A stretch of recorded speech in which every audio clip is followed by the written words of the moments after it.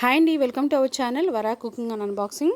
ఇప్పటివరకు సబ్స్క్రైబ్ చేసి సపోర్ట్ చేసిన ప్రతి ఒక్కరు కూడా చాలా థ్యాంక్స్ అండి. మీకు ఎవరైనా సబ్స్క్రైబ్ చేసుకోకపోతే సబ్స్క్రైబ్ చేయండి. మరిన్ని వీడియోలు మీకోసం తీసుకొస్తూ ఉంటాను, అన్బాక్సింగ్ అట్లాగే కుకింగ్ వీడియోస్ కూడా.